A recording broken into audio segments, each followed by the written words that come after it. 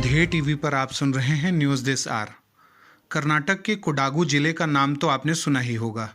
वही कोडागू जो चाय बागानों और कॉफ़ी का दक्षिण भारत में चर्चित स्थान है।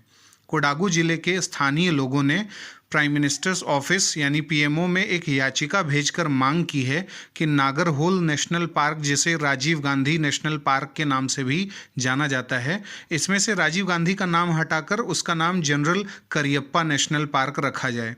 दरअसल field marshal KM. Cariappa Kodagu से ही थे और ऐसा दावा किया गया है कि कोडागू के 6000 से अधिक लोगों के हस्ताक्षर वाली याचिका इस मामले में पीएमओ को भेजी गई है और कर्नाटक के मुख्यमंत्री को भी इस संबंध में याचिका भेजी गई है। ध्यान देने की बात यह है कि जनरल करियप्पा भारतीय सेना के पहले इंडियन कमांडर इन चीफ थे। 1947 में भारत पाकिस्तान युद्ध के दौरान उन्होंने वेस्टर्न फ्रंट पर भारतीय सेना का नेतृत्व किया था। अब जानते हैं थोड़ा नागरहोल राष्ट्रीय उद्यान के बारे में। नागरहोल राष्ट्रीय उद्यान पश्चिमी घाट की तलहटी से लेकर ब्रह्मगिरी पहाड़ियों और दक्षिण में केरल राज्य तक फैला हुआ है।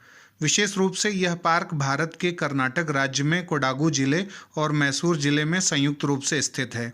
इसे राजीव गांधी राष्ट्रीय उद्यान के रूप में भी जाना जाता है।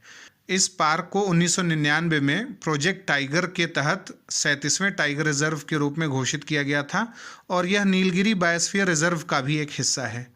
लक्ष्मण तीर्थ नदी, सरती होल, नागरहोल, बाले होल और काबिनी नदी का जल इस क्षेत्र में प्रवाहित होता है।